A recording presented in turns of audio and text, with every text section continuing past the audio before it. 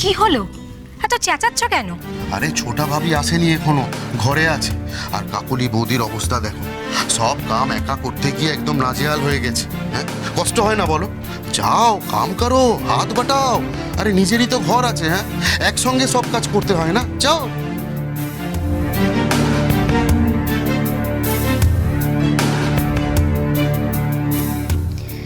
হ্যাঁ হ্যাঁ, আমি করছি। এ আর এমন কি ব্যাপার? আচ্ছা মা, এই কথাটা তুমি তো আমাকে আগেও বলতে পারতে। ছোট বৌদি বোধহয় বড় বৌদির দুঃখে নিজেও বাইরে বের হবে না ঠিক করেছে। তা বলে কি তোমার সংসারের কাজ থেমে থাকবে? আমি তো আছি। আমি কি কিছু পারি না করতে নাকি?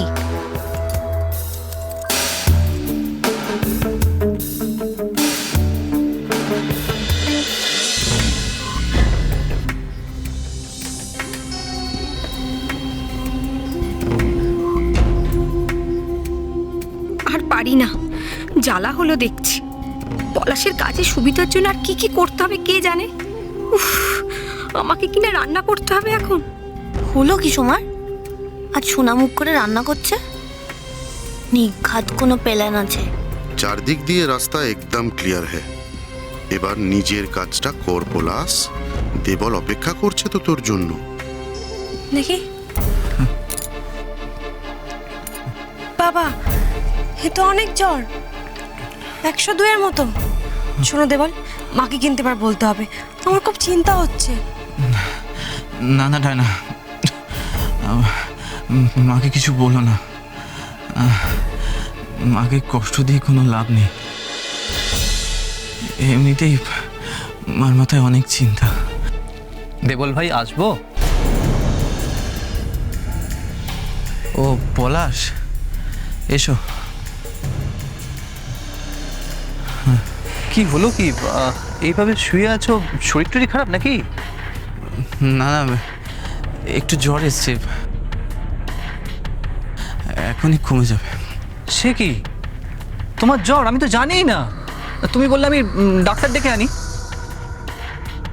না না, কিছু করার দরকার নেই। ডায়না বলবে বলছিল, আমি কাউকে বলিনি। পলাশ, ডায়নাই বা একা কত দিক সামলাবে? তা ঠিক, দেখলেই বোঝা যায় উনি খুব ভালো। কি সুন্দর ঠান্ডা মাথায় চারিদিকটা সামলান, তাই না? দেখলেই বোঝা যায় ঘরের ভালো বউ।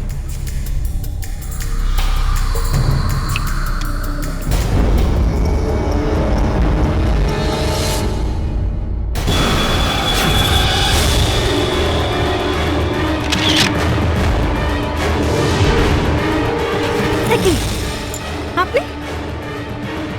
আমি এটা তুলছিলাম তো নাকি? না, যদি গড়িয়ে খাটের তলায় চলে যেত তাই ভাবতাম। ধন্যবাদ। আপনি দেবলের সাথে দেখা করতে এসেছেন, যান ওদিকে যান। একদম আমার কাছে সাহায্য করতে আসবেন না, যান।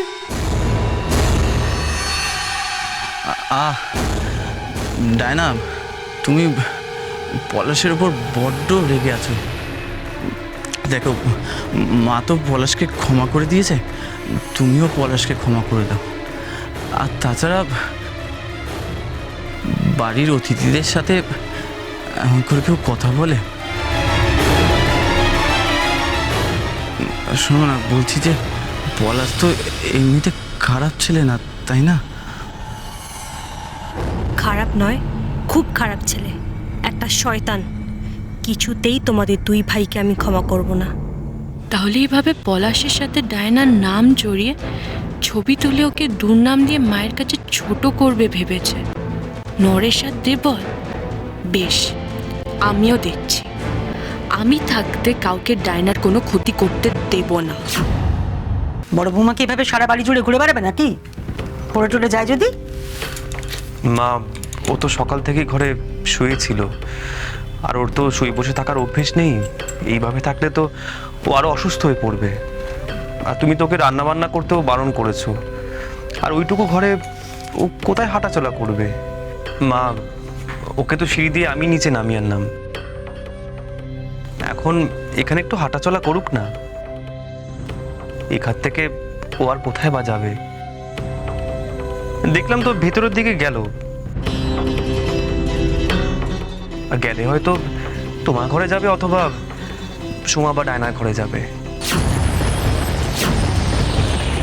সর্বনাশ, আমার ঘরে গেলে তো আবার নকল টাকার বাক্স দেখতে পাবে। ওটা তো আবার সিন্ধুকে ঢোকানো হয়নি। যদি কিছু না বুঝেই বড় বৌদি ওটা সবার সামনে নিয়ে চলে আসে। শাশুমার ঘরে গেলে বিপদ নেই, কিন্তু আমার ঘরে বা ডায়না বৌদির ঘরে গেলে পলাশ তো ওর কাম করতে পারবে না। কি করা যায়?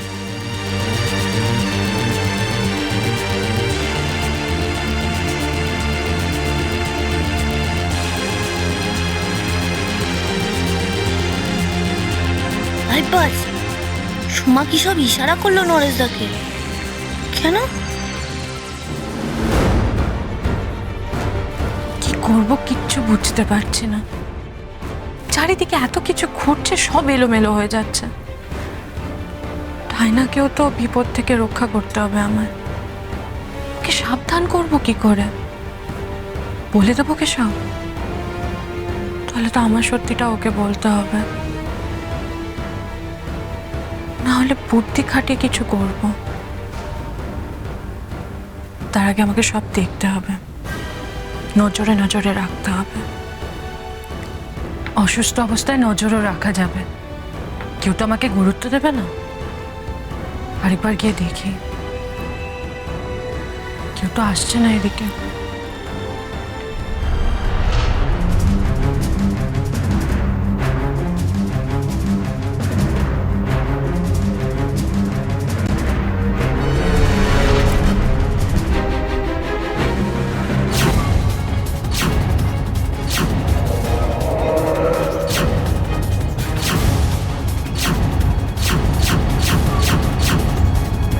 মজা আ গয়া।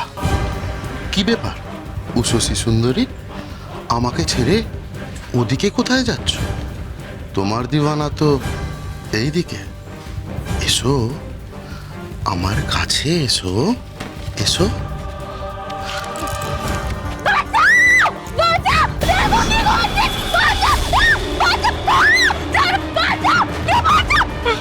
एक भी आवाज करने से गला दबा दूंगा, मेरे फेले देबो।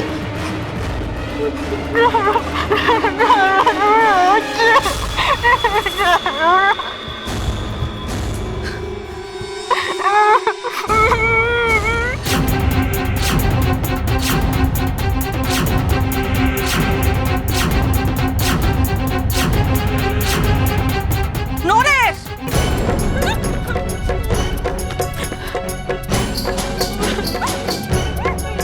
কি করছো কি বড় বৌমার সঙ্গে? এই লোকটা খুব বাজ, আমাকে এইভাবে জোরে ধরেছিল।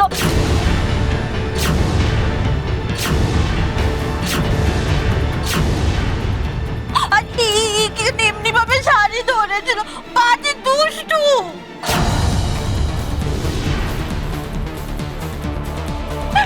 তুমি এখানে আমার বউর সাথে কি করছিলে? বলো কি করছিলে, বলো। সব ঝুট, আমি কিচ্ছু করিনি। বিশ্বাস করেন বারিশালাজি, আপনারা তো জানেন ও আমায় সহ্য করতে পারে না বলে মিথ্যে কথা বলে। উষসী বৌদির মাথাটা তো পুরো খারাপ হয়ে গেছে। আমি খালি জানতে চেয়েছি আপনি কেমন আছেন, সে কথার উত্তর না দিয়ে আমার বড় বৌমার মাথা খারাপ, যেখানে সবকিছু ভুলে গেছে, তোমার সঙ্গে সত্যতার কথা মনে রেখেছে। তুমি এটা বলতে চাইছো তো?